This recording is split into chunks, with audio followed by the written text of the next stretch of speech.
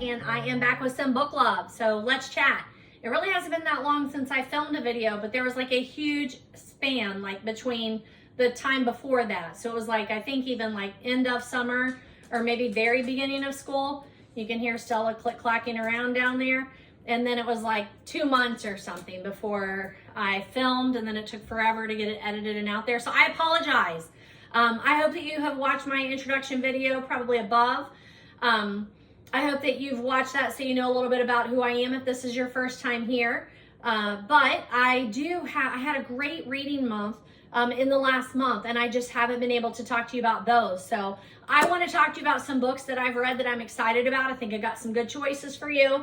A little bit of book haul, a couple of things, a couple places that I've been that have been good places to pick up books, and some good books that I want to share with you there.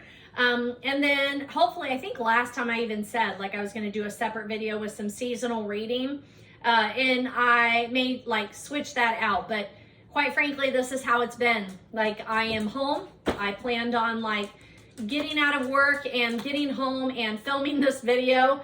And then I got stuck in the hallway for 1 hour after school today, talking about some things, trying to strategize about some issues that have been going on in our building. And now Stella's ringing the bell to go out. So just a second and I'll go over there. But I just got home, and then I have to turn around in 1 hour, and I'm going to go back. I don't have to, but our school is putting on the Odysseus. I think it's what's it called, a comedy, I think. So it is the Odysseus story, but I guess a comedy. I don't know. But normally I go on Thursday night for the dress rehearsal. Teachers do that to like make sure they have an audience, but I wasn't able to go yesterday because I had a different class I had to go to. So I talked my husband into staying there after basketball practice. Then I'll meet him back there so we can go watch the play together. And so that's our date night. 2 teachers, date night, the school play on a Friday night. It's happening stuff, people. But before that, I thought, you know, at least for an hour, I will get to talk to you about some of this, and we'll see where we get within an hour. And then I'm leaving for the weekend, so there's that. So maybe I'll get that part done, and then I'll come back and do the other part later. Does that sound good? Good. So settle in. I'll get our table cleaned off here and have a seat, and then I will talk to you about some books that I've read this past month, what I think about them, if I think that maybe it might be something for you. And then we'll see where it goes from there. Good? Hold on. All right. So the big thing I want to do is make sure that I talked about the books that I've just read, because those are the ones that I they're fresh in my mind, and I want to share them with you. So we will light our candle here that sometimes I remember to do and sometimes I don't. If I can find our, oh, there it is. The matches. There we go. And we're trying a new candle today. So this was a gift. It was actually a birthday gift that somebody just remembered to give to me. So my birthday's in April, so it seems a little weird, I know. But the gifts are perfect, so there's that. Why is it not lighting? Come on, please. There we go. Woo, that's a little scary. It is from Bath & Body Works. It's called Book Loft. I know this scent because I think I've shown you before. I think maybe I put it in an insert in one of the last videos. They have what's called a wallflower there at Barnes & Noble. And I'm sure most of you probably know what that is, but I didn't know what it was until I saw they were doing book-themed ones, and then I was like, gonna go find out what this is. And that's when I picked up that scent, Book Loft. I actually have it upstairs now.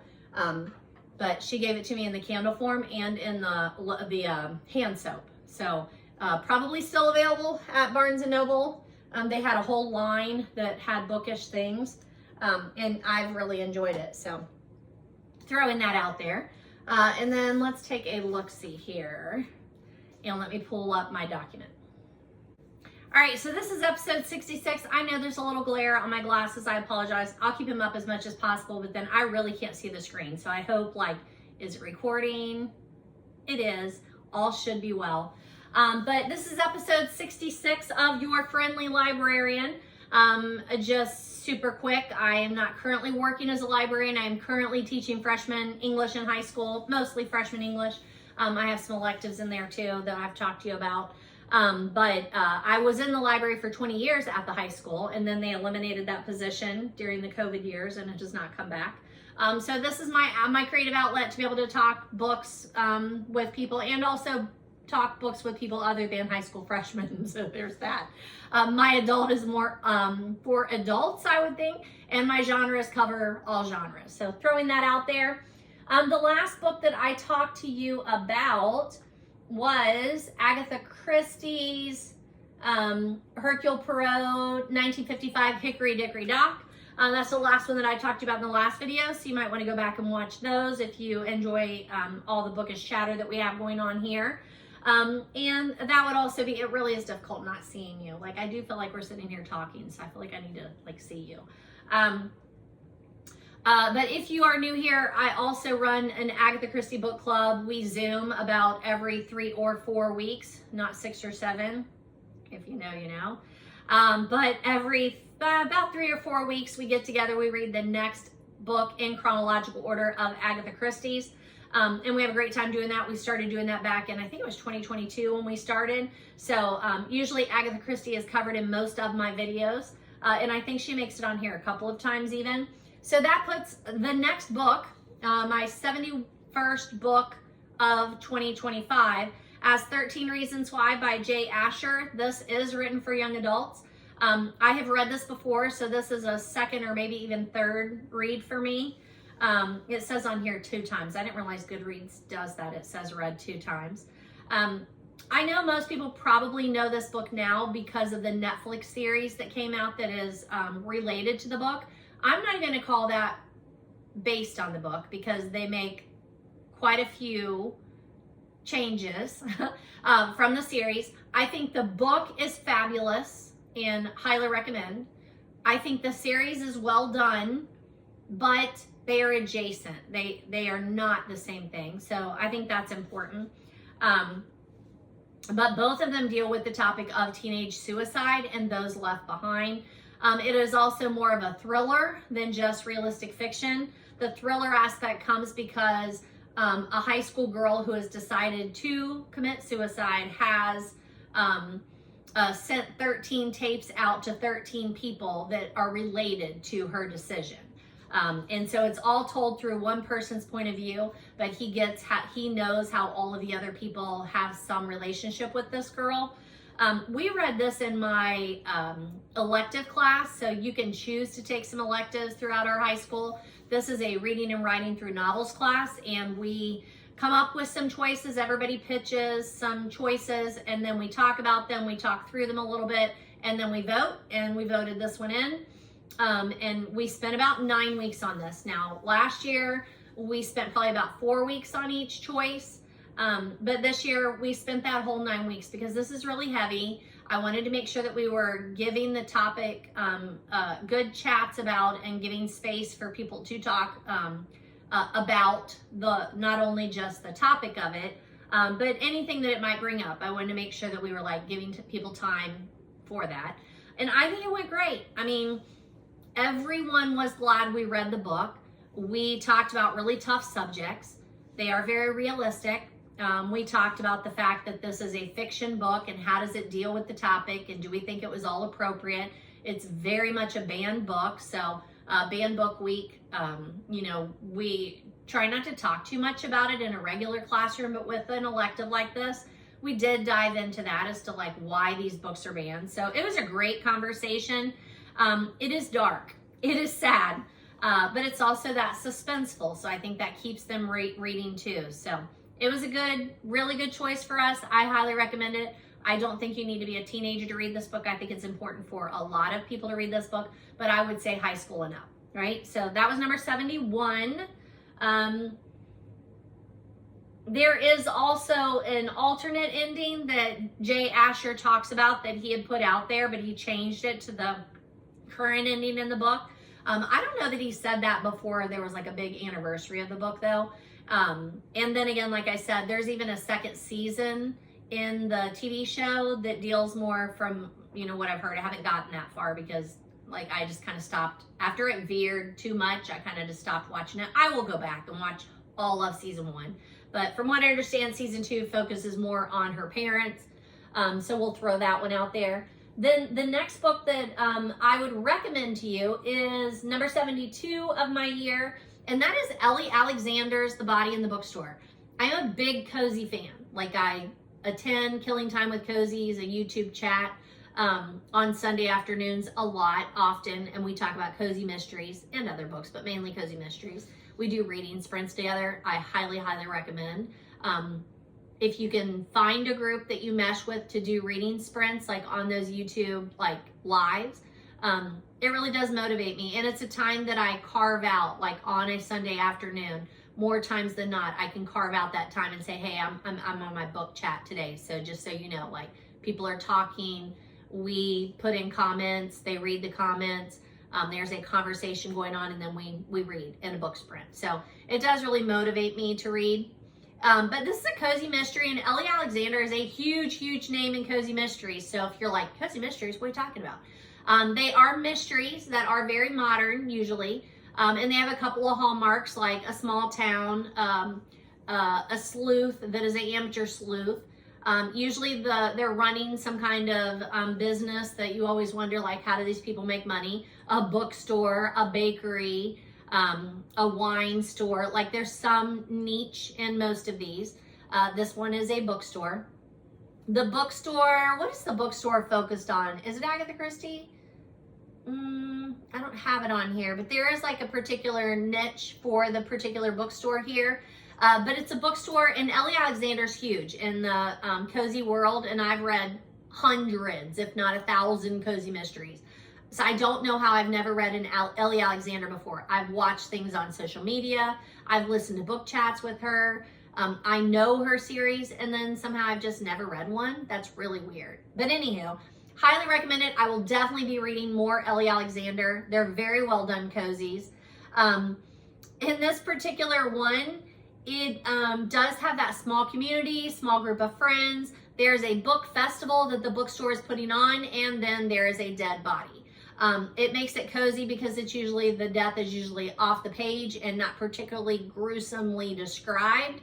And it focuses more on the whodunit aspect of it after the fact. But it's good. And because I know this is the beginning of a series, I am interested in the backstory. So the backstory gets talked about a little bit, and just enough to kind of tantalize you. So I will definitely read more of this series and read more by Ellie Alexander. The next one that I read, so I've taught, oh my gosh, why am I, maybe because I didn't have a copy. What was the first one? The 13 Reasons Why. I feel like I have that on here. Let me go let my dog in.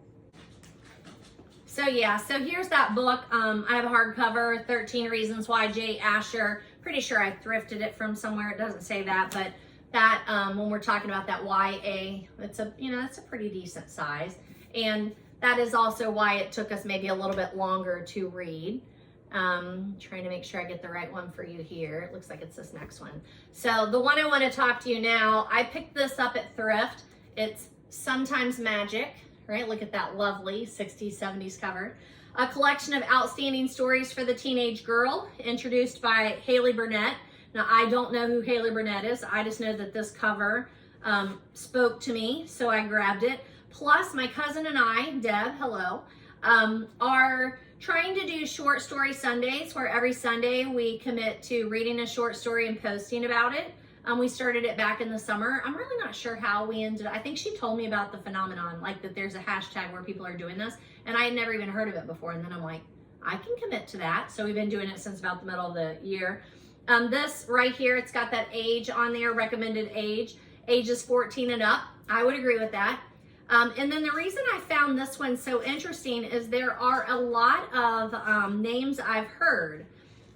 So for instance, Dorothy Parker, Edna St. Vincent Millay, Catherine Mansfield, Carson McCullers, Shirley Jackson, Louisa May Alcott, Elizabeth Taylor, Jane Austen, Willa Cather, Zelda Fitzgerald, Charlotte Bronte.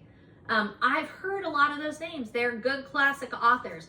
Now, sometimes the story that's in here feels like it's an excerpt or an extension of another book that I've read, like the Jane Austen one that goes through, I can't remember which story is that, Pride and Prejudice, and then there's like a side story that goes with that one.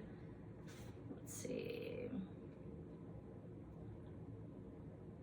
yeah, Elizabeth's engagement, and then like the Louisa May Alcott, it is the Little Women. It's a side story to that. So I really enjoyed it. I read probably about 2. I try to do about 2 every Sunday and then post about them. And I enjoyed it. It was super fun. I'm trying to like give you a better view here. There we go. It was super fun. I'm glad I did it. I was ready to be done with it though by the time I got to the end. And where it says like short stories for, what is it? Young women, I think it says. Teenage girls. Teenage girls, when you're talking about what teenage girls read back in 1966, right? So it feels very 1966. There's a lot of classic ones in here, but they really are. Every story focuses on a teenage girl or a group of teenage girls and things that they face. So I don't care if it's 1960 or 1990 or 2025. Most of the things in here are still relatable to teenagers. Boys, finding your way, finding your identity, dealing with your friends, dealing with your parents, deciding what your next step is. That's what this book is. So I know it's a little quirky, but I really, really enjoyed that one. That was number 73 of the year. Just making sure my computer was charging. Number 74, I got this in a fall box swap that I did with a group of girls that I met back when I was really into planners. Yeah, that's out of the, so let me put it here so you can see it. And then I'm not going to get up and move that. So, you know, like, how's that? Is that better? Can we do that? I think so. So there's a group of girls that I met when I was in the planner world, like attending conventions and stuff like that. And we've kind of kept in touch. They're in Ohio. I think they're all in Ohio. Columbus and Northern Ohio. And we've just kept in touch like via Facebook. And I got invited by one of them to participate in a fall box swap. And then you did give people like an idea of some things that you might like. And then again, anything fall swap, anything fall themed, which was super fun. My sister did it and my cousin Deb did it. No, my cousin Deb did not do it. My sister did it. Yeah, just my sister. Because she also was in this planner group. I forgot about that. My cousin Deb is joining this planner group. We went on from the fall box swap and we decided we're finally going to do a bookish weekend in the spring. And then I invited my cousin Deb along. And so we're really looking forward to that. We're going to Hocking Hills. I think there's a group maybe of 7 of us that finally committed. So I'll keep you posted on that. I'm very excited. But I think I put this on Amazon, like this is something I think I would like, or maybe somebody else had posted and I was like, yeah, I've not read that either. But it's Love and Lattes at Pumpkin Hollow. There's No Place Like Home, Victoria Walters. It looks like a cozy, and I would say this is a cozy, but it's cozy romance, not cozy mystery. You've got your requisite dog on the cover here, and then very fallish themed. Now, I really enjoyed this. I thought it was super fun. It's not going to be everybody's cup of tea, but if you do the pumpkin, you know, lattes, if you do pumpkin spice cafe, gingerbread, whatever cafe, you know, all of those love story ones, I think you would appreciate this. Spice level is about medium to higher, right? I think it was perfect for the time of the year. I read this during October. As soon as it came in, I started reading it. It does happen on a pumpkin farm, so, you know, very seasonal. The pumpkin farm, or the farm is struggling. Shocking, there's your cozy part. The farm is struggling. The girl who has inherited the farm has to find other ways for revenue, so she's going to make a pumpkin patch. Developers come in, of course. There's your meet cute. Hate to love relationship going on, and then very spicy. I don't know about very, it's spicy. Let's see what I said. Full of romance tropes, single person not looking for romance who finds romance, hate to love, struggling family business. It does feel very Hallmarkish, just with that added spice, which is exactly what people say about Pumpkin Spice Cafe. There's an adorable old dad who's a widow, and a pup that, you know, is always in the picture. I read it pretty quickly. I don't even know that I remember that much of the ending, other than it wasn't very realistic, which I don't care. I'm not looking for a realistic ending when I'm reading a book like this. But I do remember I did like it, and I would highly recommend it. Just, you know, some spice in there, and so don't, you know, it's that innocent kind of look, and it's not necessarily innocent. So throwing that one out there. All right, I think it's over there because I'm still taking my notes on it, but the next one I read was my 75th one for the year, and that would be Dead Man's Folly, the Agatha Christie. It is our number 61st Agatha Christie, reading in chronological order. It is the 35th time we've read about Hercule Poirot being the major sleuth in the story. This book was written in 1956, so when we started discussing Agatha Christie, I think the first one is either 1924 or 1929, and then there's like one or two a year as we've been going chronologically through. But this one was fun. I enjoyed it. I'm always happy to return to reading about Poirot. If you're Agatha Christie person at all, the first question that everyone has for you is, are you team Hercule Poirot or team Miss Marple? And 61 books in, I'm still saying we don't know Marple enough for me to have, for her to have endeared herself to me like Hercule Poirot has. So there's that. Now this one has a couple of other Agatha Christie characters in there that we often hear about, especially if you're someone who watches the series and the movies, and then you're going to go dabble in the books. Just so you know, you never know if you're going to get a Hercule Poirot or a Miss Marple or a Tommy and Tuppence. Like, there's numerous sleuths.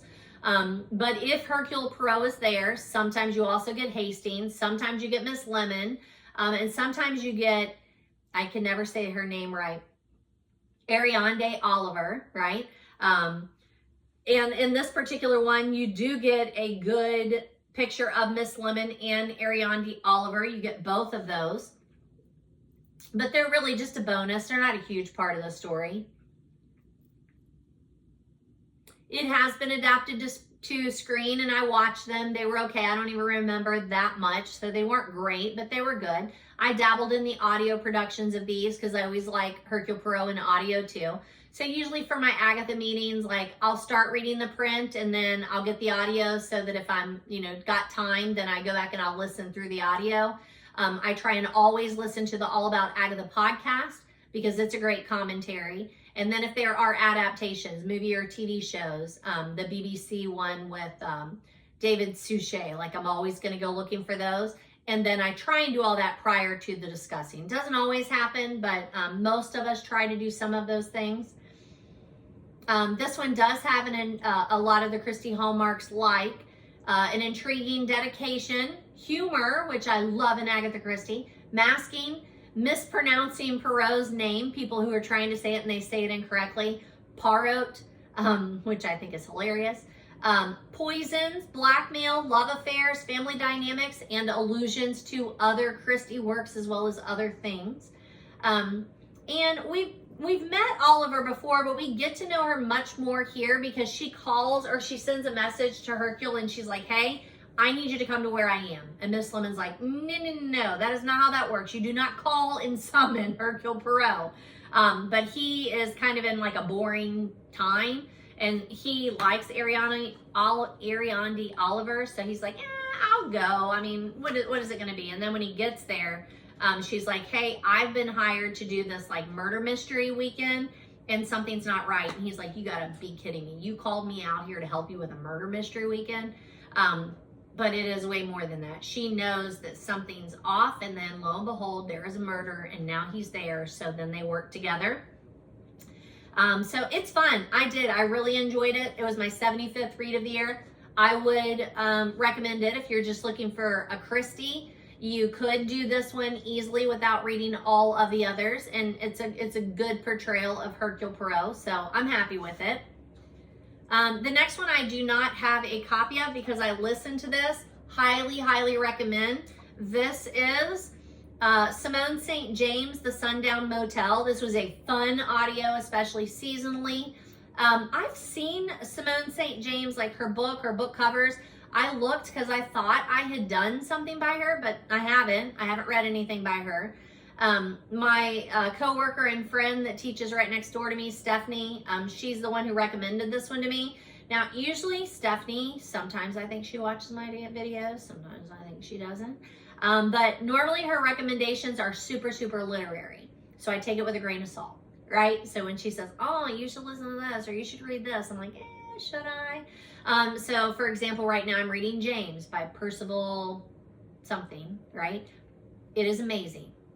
It is very literary. It is very depressing. I am struggling with the content. So there's that. It won a Pulitzer Prize. That's what she keeps saying when we were arguing about it, like in the lunchroom. And I'm like, my gosh, everything you give me is depressing. And she's like, it won a Pulitzer Prize. Yes, it did. Guess what Pulitzer Prize winners have in common? They are literary, they are heavy, and often they are dark. So not always what I reach for. Still, I'm sure I'm going to highly recommend it. We're going to discuss it at Book Club on Tuesday, and then I'll tell you about that one. But when I was reading this, or when I was listening to this, I went back and I'm like, this is not what you normally recommend. Like, oh, this is really fun. There's some supernatural things going on. It's got alternating points of view. A girl in modern times, and then her aunt, probably 30 years earlier, I think it is. The point of view splits between 1982 and modern day. It's the relationship between the niece and the aunt, but it's a niece who never met the aunt. She just knows what happened to her. There's supernatural going on, and you are not sure if the supernatural is hurtful, helpful, or curious. So it just takes a little bit to get there. But I do love the horror aspect without any gore-ish. Not a lot of gore, I'd say, right? It doesn't get horrific. But it doesn't really lean on the details of the gore or crimes that happen inside of the story, even though those crimes are awful, right? So I don't know. I wouldn't put it like on Stephen King level. More like a Dean Koontz level, I would say. There I am with the whole 6-7 thing again, right? My gosh, can I not get away from it? But I highly, highly recommend this, and I will be reading other Simone St. James for sure, okay? That is the Sundown Motel. And yes, I read it during October for seasonal reading, but if you like a thriller, you would like it anytime. It really does not have to be read during the season. If you're trying to put it on your calendar for next year, I would say in the summer or possibly in the fall. Either one of those two things, I think you would be very happy with that. The 77th book that I read this year, read it for a book club. And this is one of those that when I'm reading it, I'm like, I don't know who I'm going to recommend this to. I read it because our book club decided to read it. Now, I have met Grady Hendrix, and I have read other books by him, and I have other books to read by him. Like, I really like this guy, right? It's Grady Hendrix. It is Witchcraft for Wayward Girls. It's a novel. It's massive. I did annotate a little bit. I tabbed things. When it's setting up the story, it's super interesting. It's a lot in the middle, so you have to be interested, and you have to, like, have a game plan for reading this book. Like for me, knowing that I had to have it done for book club like in 2 weeks because it's massive, so I wanted to start about 2 weeks early instead of just a week. I knew I was going to be discussing it. The middle, like it's going, I'm learning a lot, but like it's not super high paced in the middle. And then in the end, like there was a lot that I made little notes about, right? So if you know Grady Hendrix and you like Grady Hendrix, you're going to love this book. If you've never read Grady Hendrix, beware. It's weird. It's bizarre. The other one that I read, and I don't know if I've talked to you about it, but my sis, did I even put it on here? Oh yeah, I have actually talked about it. So in videos 23, 24, 25, 26, 31, and 65. That's a lot. My best friend's Exorcism. I also have his Paperbacks from Hell, The Twisted History of 70s and 80s Horror Fiction. I'm not sure where that is, but I think it's probably going to come up here at some point, and then I'll show it to you. But I bought, one time I bought my best friend's Exorcism, I think, and then I bought the Paperbacks from Hell. I feel like I bought something else from him too. I think he's got one that talks about, it's a horror story inside of in IKEA. I feel like that's him. Maybe it's not. But the thing that makes this book so masterful is it's dealing with the topic that is very much based in reality, and you get the history of that particular topic. But in the midst of that, you get the witchcraft, the supernatural, and justice. We call it Perot's justice in the Agatha world. There's a lot of that going on in here.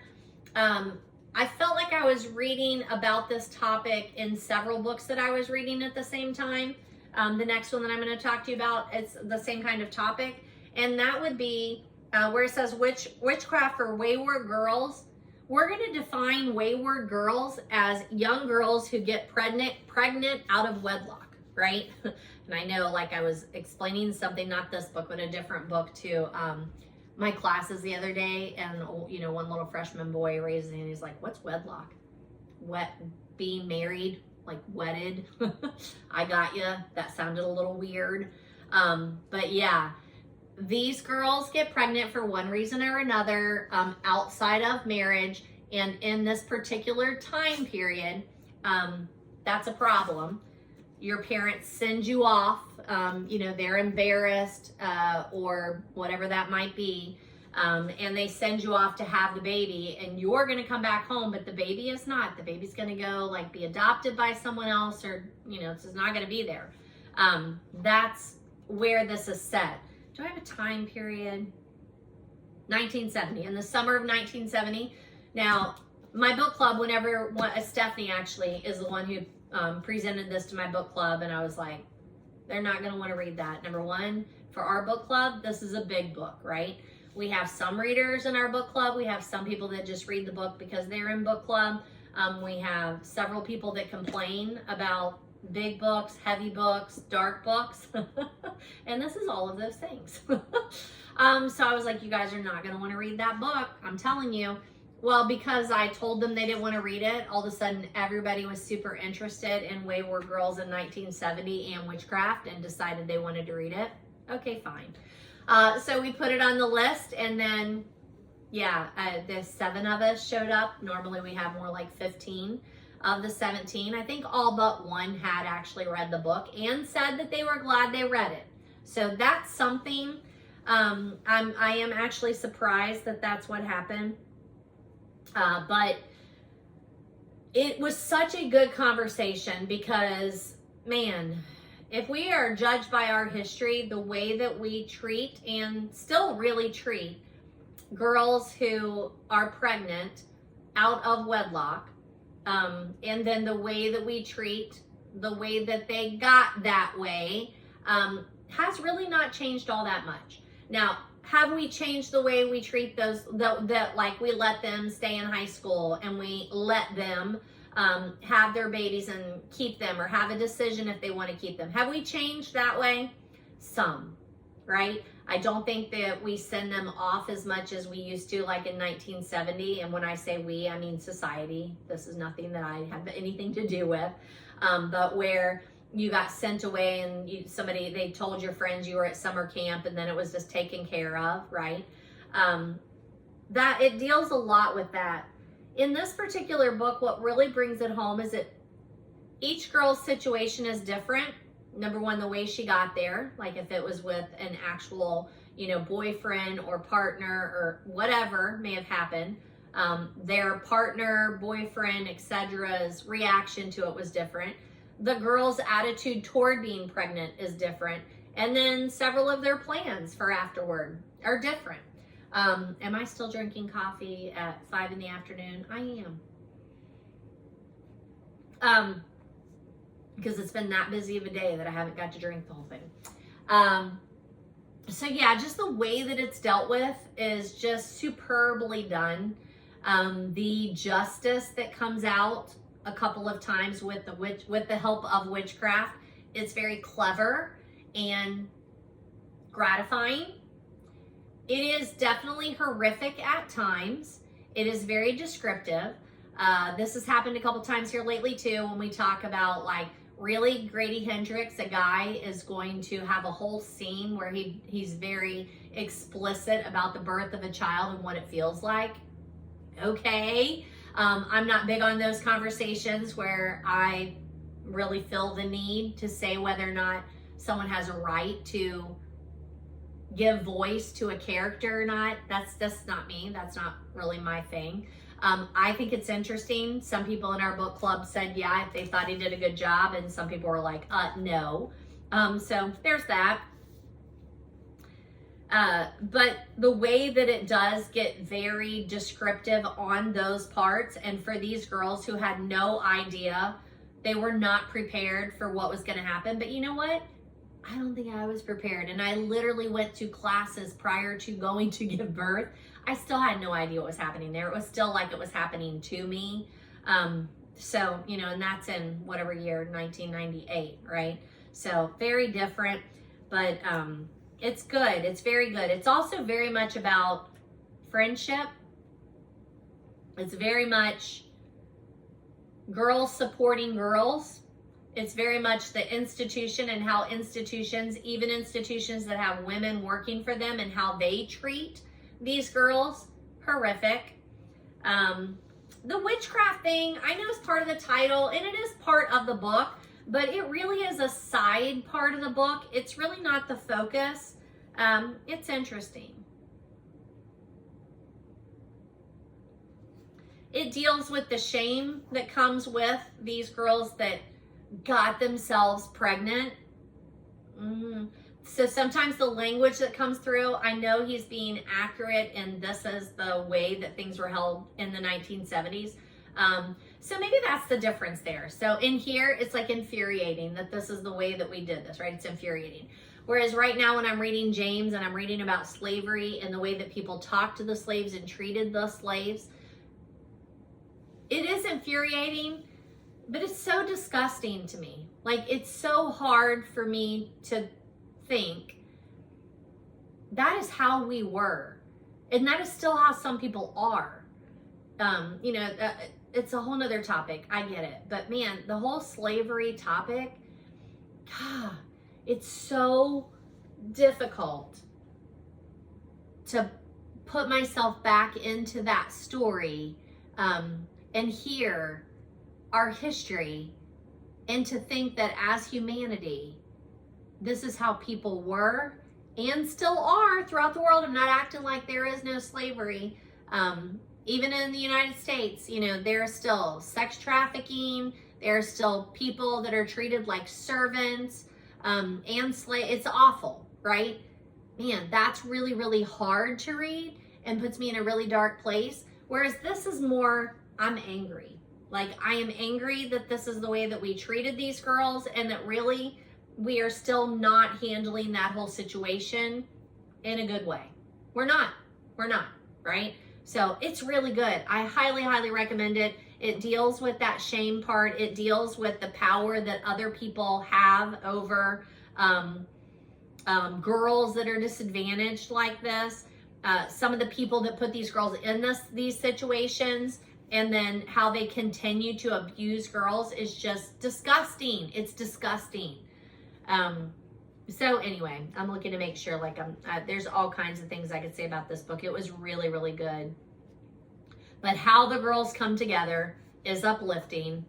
And then this is one of those books that it's like years later, some of the girls make contact with the babies that they were forced to give up years ago. That the way that he brings that story back and weaves it together is beautiful. It helps you make your peace with the book, not with how things happen, but just with the book. I made more peace with it, right? The conversation of what's everyone's part in this was just superb. And then the writing is phenomenal. So is the topic difficult? Absolutely. Is it dealt with in this really weird way where you put it with witchcraft? Absolutely. Is the writing amazing? Yes, it is. Is it worth every page of all of this? Yes, it is. 5-star read, fabulous. Okay, so that was my number 77. Sorry, I put this one out in front, and that's the candle that we're doing. This one, right? Highly, highly recommend.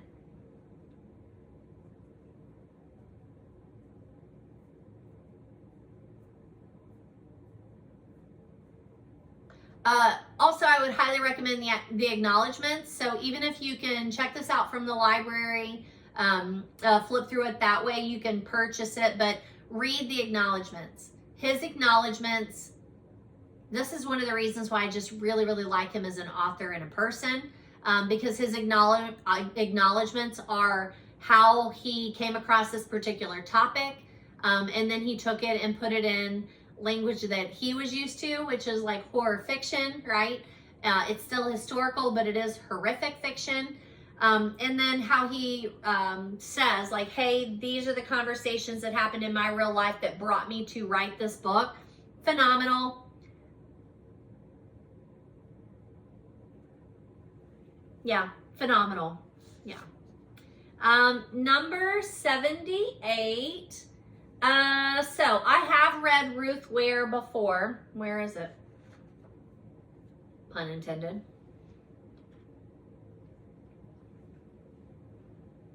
Oh, here it is.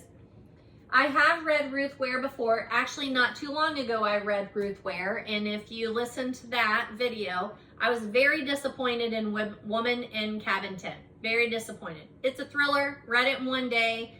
I didn't love it. I didn't love the setup of it. I didn't love the ending. I just didn't love it. I still need to watch the adaptation. Maybe that'll, change my mind a little bit, but I didn't love it. But man, I had this and I kept wanting to read it. And I think I was out one day and I got stuck doing something and I looked to get an audio and I could get this one. So I started listening to it. And then I came home, got the book, and then read it. So I went back and forth between audio and print. But it's In a Dark, Dark Wood by Ruth Ware. Looks like this, right? The Woman in Cabin 10 is the one that I did like a month or two ago. And at that time, I was like, I'm just going to get the rest of my Ruth Ware books, and I might just like donate them. Maybe I'll put them in a free little library or a little free library. But after I started listening to In a Dark, Dark Wood, I was like, this is really good. Like, I am really interested. It's a thriller. I'm doing things so that I can get away and read or listen to the book. I'm cleaning my house. I'm folding my laundry. I'm putting up the dishes because I want more time. So I read Ruth Ware first back in January of 2018. It was The Lying Game. We read it for a book club. And I just remember thinking that it was kind of weak. Like, it was okay. It was entertaining, but it was just okay. And then when I read Woman in Cabin 10, again, I was disappointed. I found it very underwhelming. So I was like, well, we'll see. Now this title kept coming back up and people were like, yeah, but have you read In a Dark, Dark Wood? I'm like, I haven't. So then when I started reading it, I was like, okay, this is a great storyline.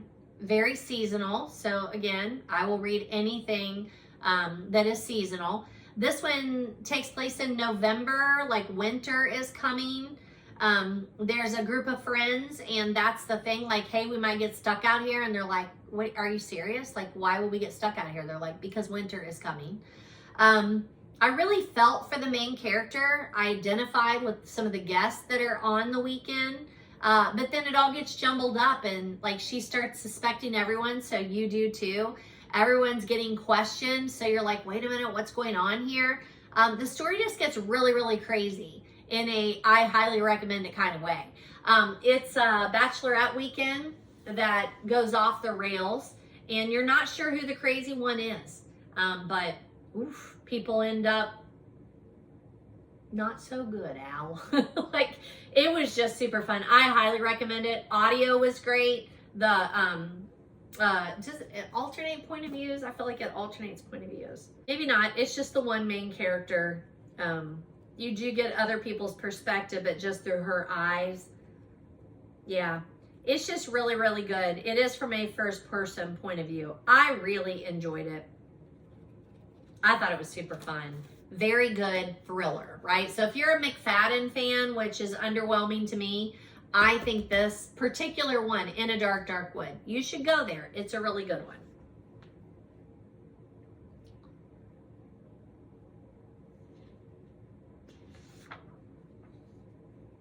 The next one I read is nonfiction. It is this 111 places in Columbus that you must not miss.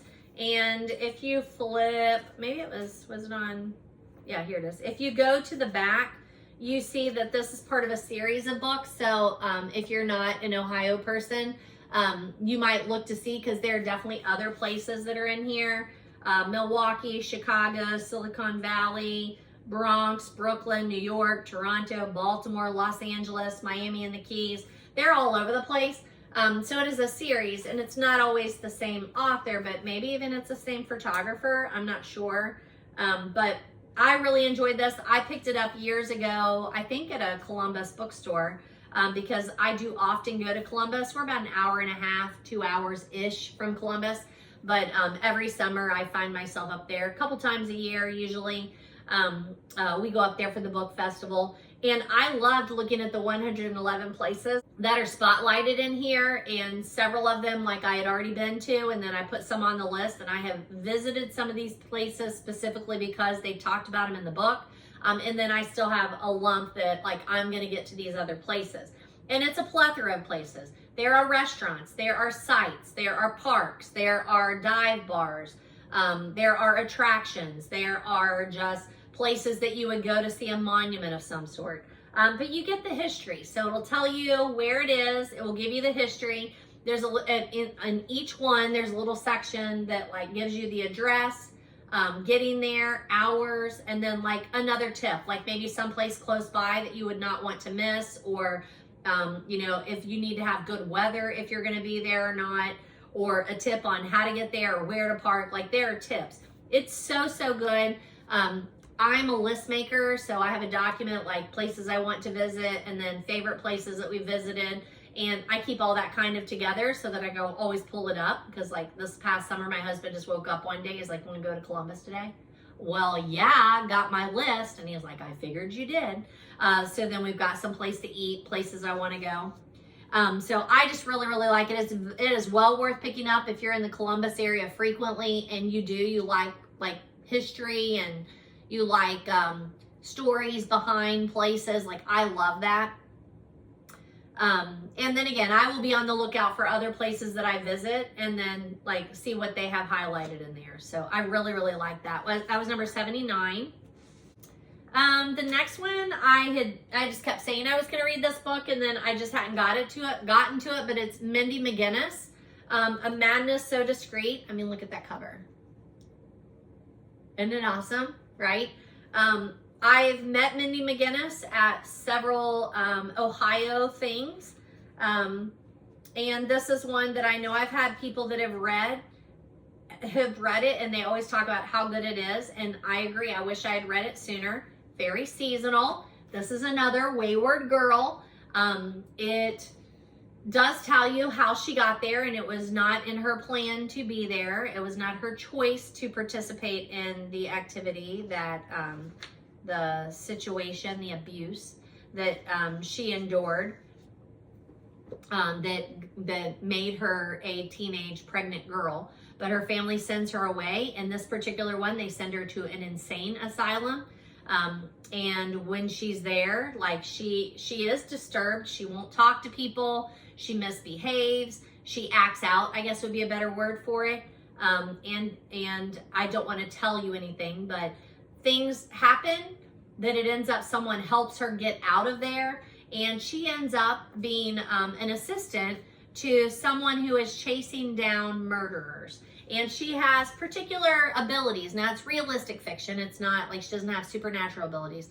But she has certain abilities that make her, make this doctor seek her out and say, hey, I think I could really use your help, so I will help you get out of here if you will help me. I read back in February of 2019, Mindy McGinnis's The Female of the Species. Highly recommend. I'm pretty sure I have... Yeah, I have definitely, I've talked to you about that in the Student 3, so way back when I first started doing these. And then also in episode 47, I went back and said, hey, Female of the Species. Now, Mindy McGinnis is maybe not safe for school. And I say that, and I read some of the first chapter of a different book that I don't even know the name of. It's one of her newer ones. One of my students was reading it and requested that I read a little bit. So I did that today in class for First Chapter Friday. And same thing, as soon as I read that first part, I didn't even read that much, and I'm like, I need to read that book. So I will read anything that she writes. She is an Ohio author. I've met her several times, talked to her a little bit about her books. What I would say is that truth is harsher than fiction sometimes. Sometimes you don't need the horror and the witchcraft to explain the shame, again, that we tell girls to have when they find themselves in a particular situation, even when it isn't their choice. Like, it's so, so good. I would say high school and above, because some terrible, terrible things happen and some truths are in there. So for mature audiences, but I'd say most of hers are very mature audiences. Not very mature, but like mature young adult. The ones that I've read anyway. I'm a huge Agatha Christie fan, and I founded a book club, obviously, on Agatha's thing. So one of the things that we're always on the lookout for is that prose justice that I was talking about. When we talked about the Agatha Christie ones, plus in this Wayward Girls, lots of prose justice. This is definitely a prose justice book. She gets to face her tormentors and give them what is due to them. Not that it would ever erase the abuse that she endured, but there is prose justice in there. And prose justice means you don't just arrest somebody, throw them in jail, and they're convicted and they do their time. There's something else that is taken out of the hands of, normal justice, and it is doled out by the people. That's prose justice, right? So, anywho, I wonder if McGinnis, because she does make some Agatha allusions throughout her books, I wonder if she meant to do that on purpose, that she was thinking of prose justice too, I think. But either way, I highly, highly recommend it. That was my 80th book of the year, and super, super satisfying. The next one, number 81, is it's a short story. I read it online, so I'm not sure if it's book or short story, but I'd say short story. If not, it would be a novella, because it is pretty short. But it is Edgar Allan Poe's Some Words with a Mummy. Somebody in my Agatha group recommended this. I think last Halloween was like, hey, if you need some Poe in your life, this is a really good short story and you can find it online. So I did read it all online, and it's another reminder, like, as soon as I start reading Poe, you can identify him. I chuckle. I love his writing. He is bizarre. Apparently I like bizarre. He's so funny. The way he sets up the story is fun. And then it meanders throughout the story, and I'm interested enough that I'm going to stick there. The ending is amazing. I love it. I love it so much. The way that he talks through the ending is just Poe. It's amazing. I love it. I would probably recommend anything Poe. I can't think of anything I've read of Poe's that I gave up on or I didn't appreciate. His humor is always just a bit surprising for me because, everybody thinks he's all dark and, and he is. But he usually has some humor in there if you can get used to dark humor. So that's number 81. Short story, you can Google it. Some Words with a Mummy. And I think that's where we are. Yeah. So those are all my reads since the last time that I talked to you, which really hasn't been that long, but I just didn't have all the reviews and stuff ready for that last one. Most of these took place, I started reading these in, October, and then part of November. Some of these were November, and today I think is the 14th maybe of November, so just so you know where we are. And I'll do the seasonal reads later because I think I have to leave here in about the next 10-ish minutes. So couple of things before I have to leave you here. My husband's cousin came to visit, and she brought me a bag of books for my little free library. She donated them, so I wanted to throw some of those out there to you. And it was funny because my husband said, hey, there's a couple that she really wanted to know if you had read and what you think about them. And one was Wicked, which I'm not sure if I've talked to you about them or not. So if I haven't, I'll make sure and do that before I put them in the free library. But if you've not read Wicked, and you know the phenomenon, like Broadway show and movie, I'm not going to tell you to go out and read the book. It is Gregory Maguire.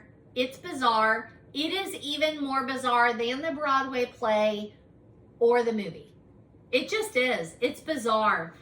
So when he was like, she said it was really weird. It is really weird. But I do highly recommend it. Actually I added a review, so I must not have talked to you about Wicked before. It's the life and times of the Wicked Witch of the West, right? So I think by now most people know what Wicked is. It was published in 1995. It hit Broadway in 2003. I read it in November of 2007. And then I have seen Wicked 1 or 2 times on Broadway, and then obviously the movie. The second movie is getting ready to come out. But as with any book that you put on the screen, the character's just so much more developed in the book. So if you are a Wicked fan, you need to go back and read the book to get a more accurate picture. And then, you know, Broadway and even in the movies, even green people are beautiful, right? And so you just don't grasp Elphaba on stage or on film as much as you grasp her in this book. I'm just saying, as origin stories go, this one's a doozy. I think you should go look at that.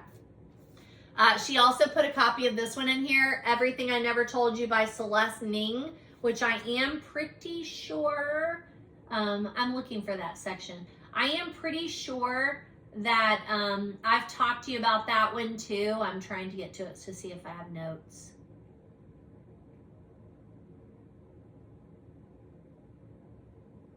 Yeah.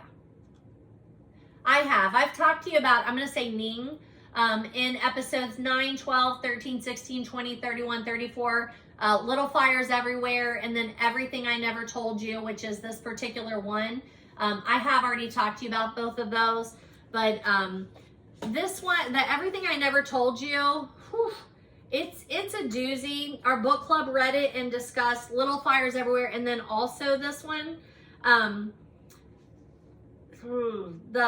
They both, I think, turned into adaptations. I don't think I've really watched either one of the adaptations, but this one is a story of a Chinese American daughter who's just pushed too far.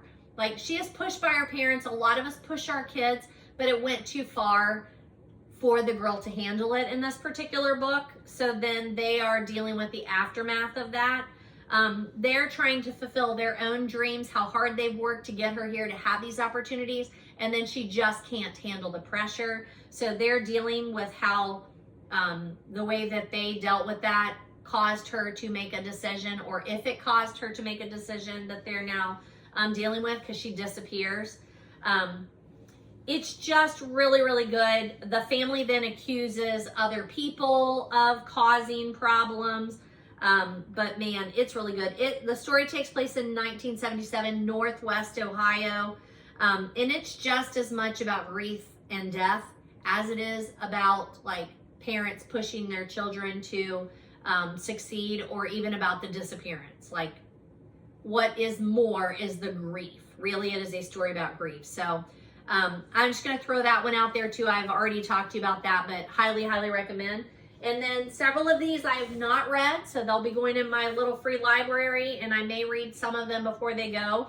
Every Value Never Break. No, Every Value Break. There you go. Peter Swanson. So I've heard this particular author. He's been on the I'd like to read. I don't know this one. One Last Secret. Would It Kill You to Keep It? Adele Parks. I don't know that one at all. The Shades Dripped Red, a Nick Montague mystery by Peter Kurtz. And that feels like a book I like to read. It's like a small press, I think. Lisa Jackson, The Girl Who Survived. So I will probably listen to this one, just so like I put it out there, make sure that that I like Lisa Jackson. I think she's a good one to listen to on audio. She keeps you very entertained. Alice Feeney's Daisy Darker. I've read some Alice Feeney. I like her, so probably will read that one. Birds of California by Katie Caduguno. I feel like I've heard of that one too, but I don't know a whole lot. The Most by Jessica Anthony. That looks like a Taylor Jenkins read, doesn't it? And then Margaret Atwood's The Testament. So one of my all-time favorite books is The Handmaid's Tale by Margaret Atwood. I read it in college and it really opened my eyes to just how important that books could be. So it's part of my reading journey, and I never have gone back to read The Testament. So, and it won the Booker Prize. So there are several in here that I need to read and then, you know, filter them into the little free library. But I wanted to share those with you. And then I will make sure that they all make their way to the little free library. And thank you, Jenny, if you are watching my little free library. Thanks you. These are great modern books. A little update on my little free library. It's right here. It's like across from my house and down a little bit. Put it in July. I stop by at least once a week to make sure that it's well stocked. But originally when I put it in, I made sure that I had like I have like 2 stacks right here on the floor that are always ready to go if need be. And I don't need to draw from it near as much as I thought I would have to. So I like to go and make sure there's an Agatha Christie, there's some guys books, there's some girls books, there's baby books, there's children's books, there's YA books. I like to have a nice, you know, gathering, plus stickers and bookmarks and stuff. My community has been so fabulous for, you know, donating to that, keeping a lot of things in there. And then not only my community here, but like my community of friends and family members. Whenever I put out there and I said, you know, we don't have a lot of kids books, I'm sorry, like I'll try and pick some up. One of my sister's co-workers, or I guess it's my brother-in-law's co-worker, that we're together in the summer, like she brings her kids to my sister's pool. She was like, I can bring you some books. And she brought me a whole like box of baby books and kids books. So same thing, like I put them to the side and then I take 2 or 3 at a time. And it has never been empty. There is a constant flow and it is so gratifying. It's everything I wished it was. Knock on wood, we haven't had vandalism. I'm always worried about that. But we just haven't had it. It's been wonderful. And I'm just so very, very thankful for that. All right, what else can I go over prior to having to leave you? Let me look. I don't know if you know this. I didn't know this. Sarah Jessica Parker has a publishing project. It's called Zando Projects. It's an independent publisher that connects inspiring authors to audiences. So I'm going to be checking that out. So I'll put the link in there for that. We talk a lot about tropes, and one of my freshmen said, hey, I'm looking for some BL books. I'm like, I know a lot about books. I don't know what you're talking about. And she was like, Boyle. I'm like, I don't know what you like. You want like teenage, she's a teenage girl. I'm like, you want teenage books on romance? And she's like, yes, but boy love, like boys who love boys. I'm like, okay, I have never heard of that before. Nor do I probably have that in here. And so then we had a conversation, and I'm trying to think, the one that she's reading now is about a girl and her dad has a glioblastoma, and they're talking about their relationship. It's super good. Has nothing to do with BL. I just, anytime somebody mentions a trope that I've never heard of, I like to pass it on to you in case you have or haven't heard of it. I think it's probably really common. She reads on some kind of an app, not like during school, because they have to read physical books in my class. But she reads on an app, I can't remember what it's called, something Tune, Webtoon maybe. And I think a lot of the things that are published on there are like, what was the name of that? It's like where Twilight started. I can't think of the name of that platform, but I feel like it's a platform like that. And maybe that's a particular trope or hashtag that you can follow. I don't know. I'm not really sure, but it was an interesting conversation. I do often talk to you about book clubs, and McNally Jackson has a book club, and I don't know that I knew that either. So it's another one that like I just keep looking. It's an interesting curated list. So I'll throw that one out there to you if you're also like me, always looking for interesting book club conversation. Yeah. All right, so I'm probably gonna have to stop there. I do have a lot of book haul books, and then also some fall books that hopefully I can get back to. Probably not gonna be this weekend, but thanks for hanging out with me. Thanks for letting me chit chat about my books and chatter with you. Thank you for the interaction. Thank you for the donations. If you've read one of these and you want to talk to me about it, I'm always happy to chat. You can, put it in the YouTube comments there. If you know me, let me know. We can always talk in person. Follow my social medias, connect with me there, Facebook, Instagram. I always put Goodreads reviews on my socials. I talk about a lot of bookish things, so feel free. All of my, content like that is open and free to the public. And I just enjoy these book chats so much. It is a beautiful, beautiful autumn night here. It is November 14th. We got to see the northern lights right off of our back porch earlier this week. We're in Ohio. Can you believe that's a thing? It was beautiful. I'll try and put that picture in the introduction. So if you're like, what was that? Now you know. If you waited, if you were here with me until the end, I'll put that northern lights picture on there because that was really, really cool. And then the next time I'll do some book haul. I will talk to you about some of the seasonal reading, and I want to do that soon so that it's like, hey, here's some books that are very seasonal for October, November. Even though we're getting ready for December, they'll be on your radar, because if you are like me, you do plan out your reading. You like to think about something and cull down the list, or have a stack of books and then choose from those, like choose what feels good at the time. So maybe that's you. So if you stuck with me this long, thanks for showing up. Thanks for being here. Thanks for spending time in my library with me, doing a lot of book chats. Thanks, folks. Happy reading.